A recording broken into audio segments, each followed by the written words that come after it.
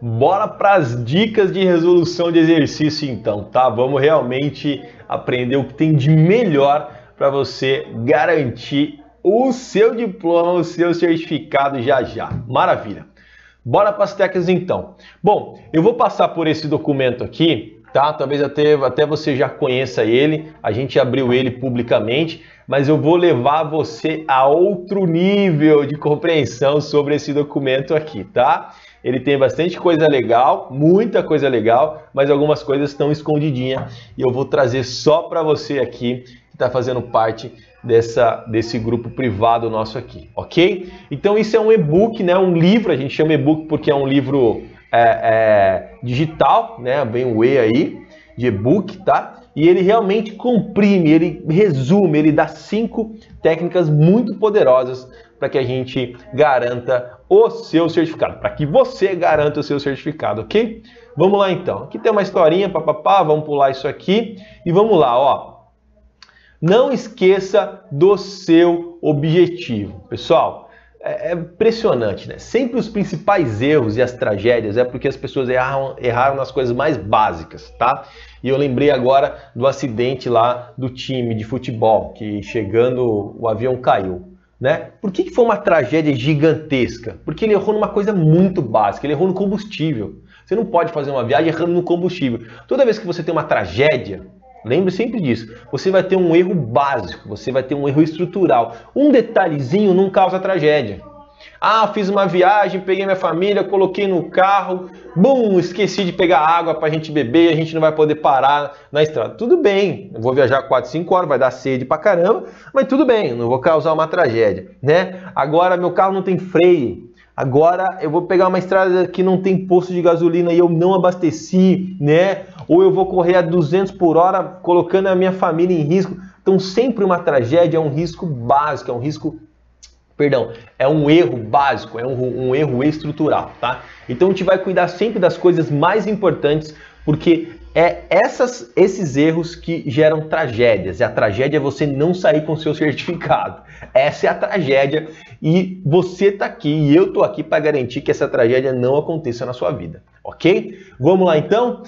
Não esqueça do seu objetivo. Tá, Thiago, tudo bem, eu estou fazendo uma prova, eu tenho que se dar bem, eu vou fazer melhor, eu tenho que ser melhor que todo mundo. Aí começou o problema. O seu objetivo é pegar o certificado do ensino médio, você está fazendo uma prova, tá? Essa prova é um concurso? A resposta é não, essa prova não é um concurso. Essa prova só vai pegar o certificado quem tirar as maiores notas, ou seja, tem uma concorrência? A resposta é não. Todo mundo pode tirar ou ninguém pode tirar o certificado. Você não compete com ninguém, ok? Lembre sempre disso, não tem competição. A competição é só com você mesmo. Então se sentar uma sala cheia de japonês na sua turma, esquece, não fica nervoso. Ou se sentar um monte de gente que você vê que são pessoas com muita dificuldade, não adianta ficar feliz. Porque o desafio é com você mesmo. Ok? Então o seu objetivo é ir lá e acertar o mínimo de questões. Qual que é o seu objetivo então? Fala aí para mim. Pode falar de verdade, importante. Thiago, é eu ir lá na prova e acertar o mínimo de questões. Thiago, não, tem que acertar o máximo. Não. O seu objetivo não é acertar o máximo. Você não vai ganhar desconto, você não vai ganhar dinheiro, você não vai ganhar nada se você acertar o máximo. Você tem que acertar o mínimo de questões esperada para que você saia com o seu certificado, ok? E eu vou explicar por que eu defendo a ideia do mínimo, não defendo a ideia do máximo, tá? É um mínimo, você tem que ir lá e fazer um mínimo esperado. Então esse é o objetivo da prova. É uma prova para você ir lá e pegar o seu certificado, beleza? Maravilha, tá? Aqui eu dou um exemplo, vale a pena você ler, é importante, tá? É o exemplo de um maratonista que ele vai para uma competição e ele quer chegar em primeiro lugar. Ele simplesmente sai correndo, dando uma maior força total no começo da corrida. E ele quer estar sempre na frente. O que acontece?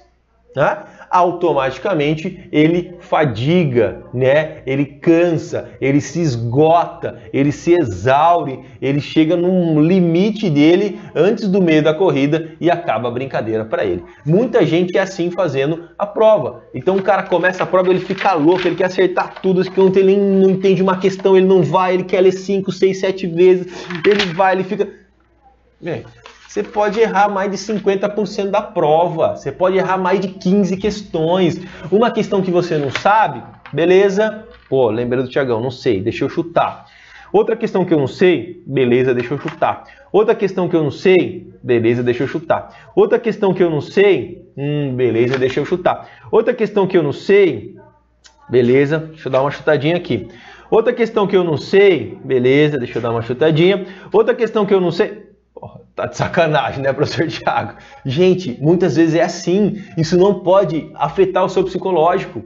Óbvio que você vai ter que acertar no mínimo aí, eu vou te falar do mínimo agora. Qual que é o mínimo que você tem que acertar? São 30 questões, né? Então você pega a prova aqui de Ciências Humanas, que é a prova que eu estava resolvendo aqui com vocês. Então você vai lá, ó, são 30 questões, ok? Essa aqui começa na 31, começa aqui, ó, na 31, tá? E ela vai aonde? Ela vai até a 60, tá? Então são 30 questões. Qual que é o mínimo que você tem que acertar? Vamos ver agora, ok? Olha só, tá? O mínimo que você tem que acertar são aqui, ó, 13 questões das 30 questões. Então, gente, você não sabe o poder, a diferença que ir para um plano, para uma batalha, para ser uma guerra, é uma batalha, sabendo a estratégia certa, faz toda a diferença. Então você vai para a prova agora, esquece acertar 30. Você não vai acertar 30, confie em mim, eu te conheço e eu sei que você não vai acertar 30. Se você acertar, parabéns, eu vou ficar super feliz, sua família vai ficar feliz, mas a estratégia não é essa agora, porque isso pode levar você a um erro, levar você a um desgaste, levar você a cometer algumas falhas, né? Enfim, já comprei mais de 20 mil alunos e eu aprendi muito com isso aí. Então você tem que acertar o mínimo, saiba, coloca uma coisa na sua cabeça. Você pode errar 50% da prova com tranquilidade, ok? Isso faz o quê? Vou fechar a história lá do maratonista. O cara saiu muito louco e ele se perdeu no meio da prova. E aí vem aquele cara profissional. O profissional vem no pique ali, ó. Entendeu? Só ali, já viu aqueles africanos correndo? Pode ver que no começo o cara sempre sai aquele pelotão. O cara tá ali, só na maciota, ó, só vendo como é que o cara vai. Ele fala, meu, eu sei como é que eu tenho que correr. Então isso é o quê? Isso é um estudante profissional, né? O corredor profissional não sai maluco na frente. Ele sabe aonde pega, ele sabe aonde dói. Não adianta estar no pelotão da frente nos primeiros 15 minutos de prova. Isso não ganha troféu, não ganha dinheiro, não ganha nada. Você tem que estar na frente depois de 1 hora de prova. Aí que neguinho já saiu da história, já perdeu, já abandonou, já tá com cãibra, entendeu? Já jogou a toalha. Então, gente, você vai para a prova para acertar 13 questões. Quantas? Fala aí, importante. Você vai para a prova para acertar 13 questões, tá? Então você pode errar 15, 16, 17 questões você pode errar, tá? Olha a sua margem de erro, ok? Por que estou fazendo a prova? Simplesmente para obter o certificado do ensino médio. Não estou concorrendo com ninguém. Tá? Esquece o seu contexto.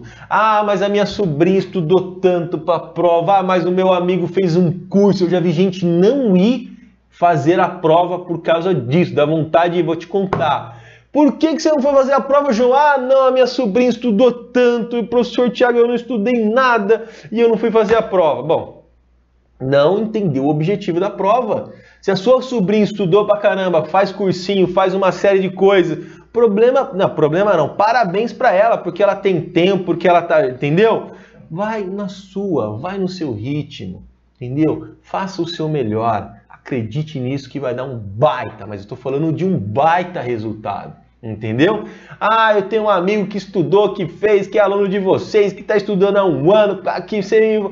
Vai no seu ritmo, cada um tem o seu momento, tá? Mas não deixe de ir porque você tem um contexto do lado. Se a sua sala tem japonês, a sua sala tem um monte de pessoas com dificuldade, isso não muda nada na sua vida. É esse nível que eu estou levando você de compreensão aqui, ok? Isso acontece no mundo real, isso acontece na sua cabeça. Você vai chegar lá, tudo bem, vai bater aquele papo, ali tá todo mundo ali, aí beleza, como é que tá, papapá, pororó, estudou? E aí o cara vai falar assim, ah, cara, pô, estudei pra caramba, parará. E aí você já vai dar aquela desanimada, né? Você fala, ih, rapaz, não estudei nada. Ih, acho que esse ano não vai dar pra mim, não. Não vai dar, não. Ih, cara, vim aqui, nem sei se eu volto à tarde. Nossa, que vontade de estar lá do seu lado para motivar você e falar, para com isso, para de conversar com as pessoas e pensar coisa errada, entendeu? Pensa a coisa certa. Não importa o que as pessoas do seu lado fizeram, tá? Não importa o que elas fizeram, tá bom? Então leve em consideração só você, aprova o seu desafio. Tem muita coisa básica, eu vou mostrar para vocês agora, coisas básicas, estou falando de básico, que você vai acertar com certeza. Você vai acertar isso aí. Bora lá? Então, só para a gente terminar aqui, tá? Quantas questões? Posso errar? 17 questões aqui eu posso errar. Então, olha a sua margem de erro, tá bom? Vamos ver o que tem mais aqui para baixo. Olha só, né? Compreender o enunciado é o mais importante, né? Vou falar sobre isso já. Tirar esse risquinho aqui. Por que entender o enunciado é o mais importante? Porque nele está o quê? Nele está o comando, tá? No enunciado está o comando da questão, lá que fala o que você realmente tem que acertar, ok? Maravilha? Aí eu falo dou alguns exemplos aqui, ó. Quando você lê o enunciado, tem uma técnica que eu ensino, ler o enunciado, foi lá, leu, que você tem que fazer, tirar o olho do enunciado e tentar verbalizar com as suas palavras. Tenta verbalizar com as suas palavras, palavras simples. Às vezes o enunciado vem com um termo, com uma expressão chata, difícil. Meu, fala com a sua palavra. Ah, ele quer saber o porquê. Ah, ele quer saber o que tem que fazer para resolver aquele problema. Entendeu? Então fale do seu jeito. Tá? Isso é mais importante, muito importante. Às vezes ele vem, olha, quais são os fatores para minimizar, entendeu? A margem segundo os elementos contidos no texto. Qual o fator para minimizar as margens dos problemas contidos no texto? Cara, ele quer saber o problema. Como resolver o problema do texto? Isso é você verbalizar com a sua palavra.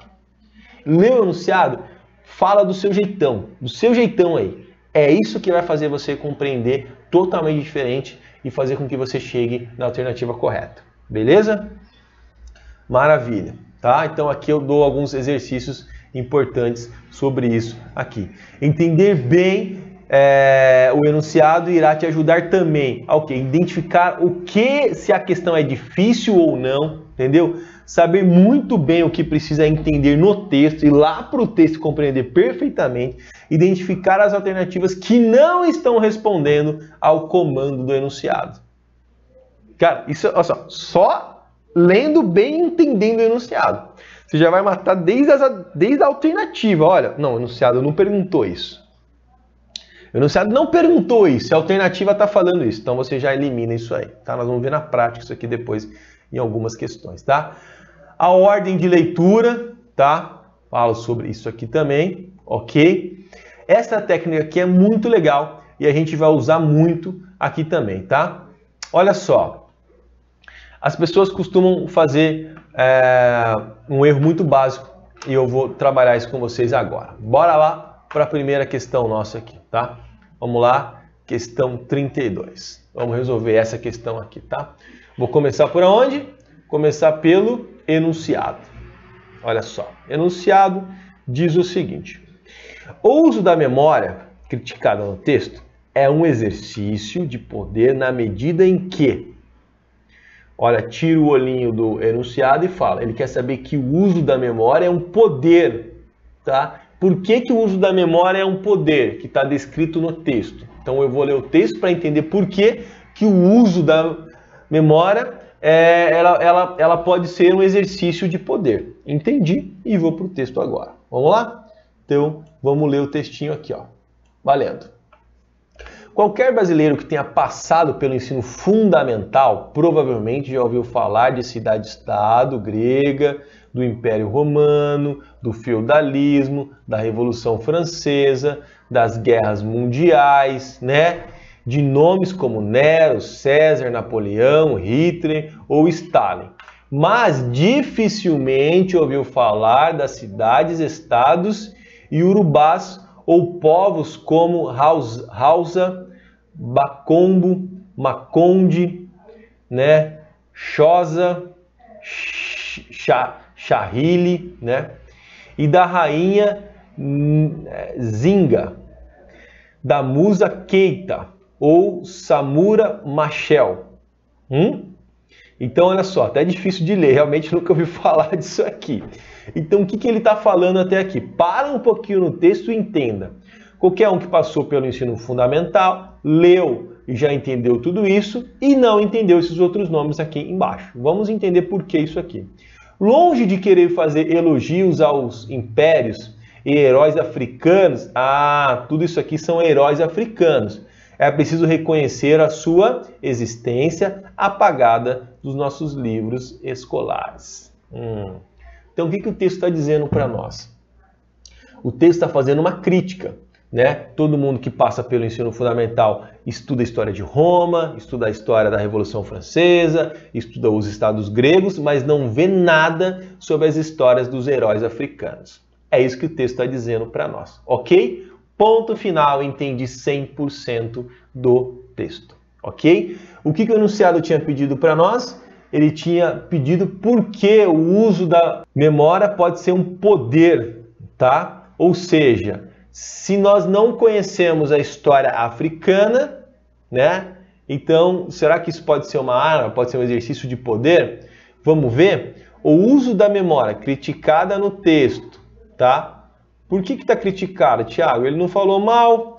Essa crítica aqui, esse comentário é um puxão de orelha. Ele fala, ó, todo mundo sabe sobre Roma, Europa e Revolução Francesa, mas não sabe nada sobre a África. Não é que eu quero fazer um elogio sobre a África, mas, pô, não dá para apagar isso da história, ok? Então, isso é uma crítica, tá? Então, o uso da memória criticada no texto é um exercício de poder, na medida em que, tá? Então, por que apagar a história da África dos nossos livros pode ser um exercício de poder? Na medida em que, tá? Na medida em que reproduz a realidade de fatos passados, o uso da memória, apagar a memória, tirar isso dos nossos livros, ela reproduz a realidade de fatos passados? Não tem nada a ver, ela reproduz, está totalmente errado, entendeu? Vamos lá, ela ignora a existência de certas sociedades? Olha só, o uso da memória, né, o exercício de poder, por quê? Porque ela ignora, ela totalmente deixa fora, né, a gente não compreende nada sobre aquilo, ela é ignorada. Interessante, vou marcar aqui. Ela descreve a variedade de tradições culturais. Não foi falado nada sobre a história africana. Isso faz com que descreve as variedades de tradições culturais. Nada a ver. Totalmente errado. Entendeu? E a D, questiona as consequências de alguns conflitos. Questiona as consequências de alguns conflitos. Totalmente errado. Eu nem conheço a história. Como que eu vou questionar a consequência de alguns conflitos? Então, a alternativa certa é a alternativa B de bola. Ok? Entendi claramente o enunciado, fui para o texto, entendi esse texto e vim fazendo o quê? Vim lendo as alternativas e fazendo o desdobramento dela. Fazendo realmente o desdobramento dela. Cheguei claramente aqui na alternativa certa, alternativa B. Tenho certeza que você chegou junto comigo aí também. Ok? Maravilha. Vamos para mais uma questão aqui. Vamos lá, aqui seguindo mais uma, questão 33, tá? Agora a gente vai usar realmente consciente a técnica que a gente estava lendo lá, que leu, riscou. A importância de nós riscarmos. Tiago, eu posso riscar a prova? Você deve riscar a prova, deve riscar muito. Olha como que a minha prova era riscada, né? Dá um grau aqui, como que eu vou riscando, estudando. Por quê? Porque, gente, não tem como você acertar muita coisa, você não tem uma memória. Se você não riscar, não tem como você acertar se você não gravar, não tem como você acertar se você não souber as coisas mais importantes, ok? Então, gente que não risca a prova fica bonitinha. O cara vai lendo, aí ele faz assim, ó, só um xizinho aqui, ó. Aí ele segue para a próxima questão. Aí ele vai lá na próxima questão, aí ele lê a próxima questão, aí ele considera, aí ele fala assim, essa alternativa aqui é a alternativa D. Você pega a prova do cara, é impecável. Eu não acredito que esse cara não passou. Porque assim, ou ele é um gênio, essa pessoa é um gênio, entendeu? Porque você não tem capacidade de gravar os elementos mais importantes, entendeu? Você não consegue toda hora ficar gravando os elementos mais importantes. Então eu preciso riscar a prova. Risca. Qual que é o comando? Qual que é a data? Faz uma flecha, puxa, tá? E aí isso vai ajudando você a gravar e ficar até mais dinâmico ali na hora de você realizar a prova, ok? Vamos lá então, ó, questão 33. Vamos ler isso aqui claramente usando a técnica consciente do riscar, tá? Vamos começar aqui pelo enunciado. De acordo com o estudo citado, os papéis e responsabilidades do homem e mulher em uma sociedade são... então eu paro aqui, o que ele quer saber? De acordo com o estudo. Preciso grifar, ó. Que estudo? O estudo está aqui, ó, no texto. Ó. Eu faço assim literalmente na prova. Faz uma flecha. De acordo com o estudo. Que estudo? Pum, o texto. Beleza. O direito dos homens e das mulheres na sociedade são. Ele quer saber o direito dos homens e da mulher com base no texto. É isso que ele quer saber. Olha, verbalizei o enunciado de uma forma minha aqui. Vamos lá para o texto então? Maravilha. Nos anos de 1960, a etnóloga Margaret Mead combateu veementemente a noção de eterno feminino. Então o que ela fez? Ela combateu. Essa mulher combateu a noção de eterno feminino, mostrando que os atributos de cada sexo variam segundo os povos. Então essa pesquisadora está fazendo uma pesquisa que, segundo ela, os atributos de cada sexo não são nativos, você não nasce, né, com os atributos. Isso é o que? Segundo cada povo.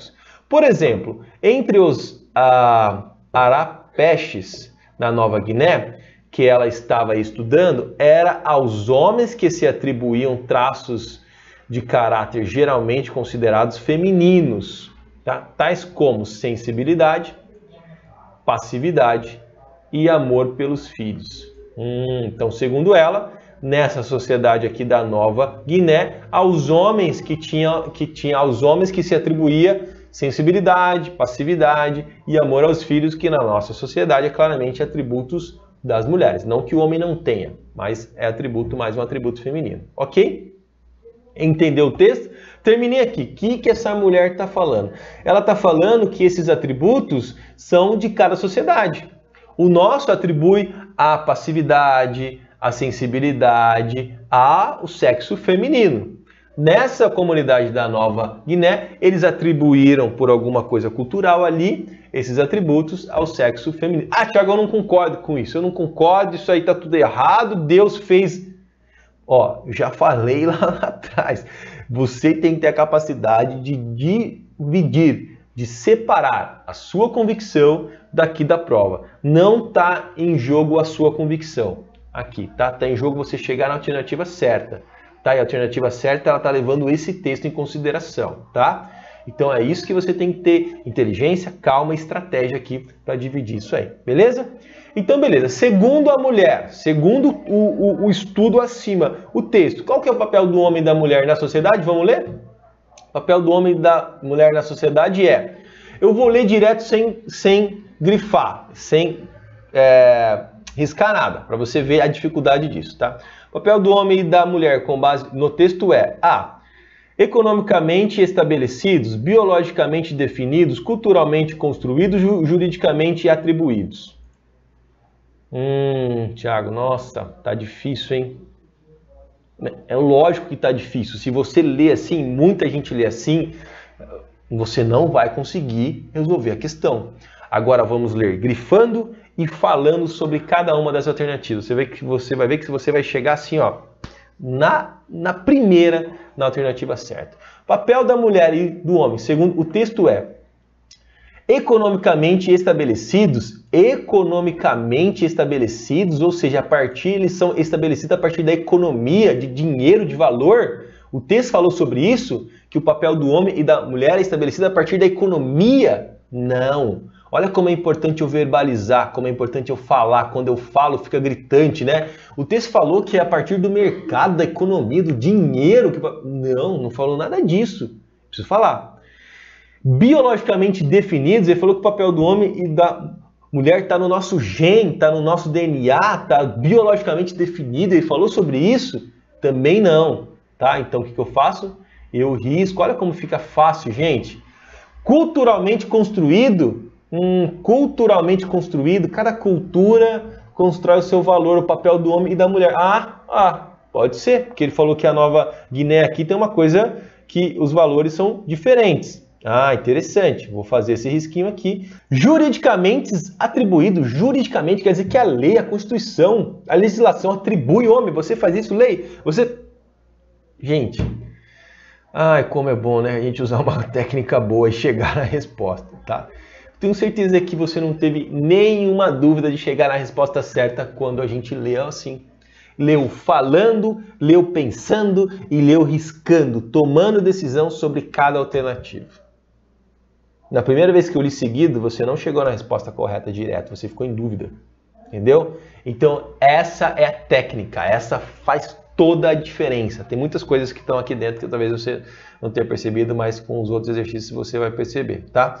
Mas fica muito mais fácil. E olha como o exercício termina, ele termina assim, né? Essa bagunça toda aqui de risco de uma série de coisas. Mas você chega na resposta certa. Então, leu, riscou, risca, a prova é sua. Thiago, mas não tem problema lá no dia da prova, né? Eu realmente deixar minha prova assim, totalmente riscada? Zero problema, a prova é sua. A prova é sua, você não vai levar para casa, infelizmente, você vai deixar lá. O que você não pode errar é no gabarito, beleza? No gabarito, ok? Então, ó, leu, riscou, agora você vai fazer isso em todas as outras questões, tá? Aqui embaixo. Leu, riscou, tá? Leu, riscou. Bora lá.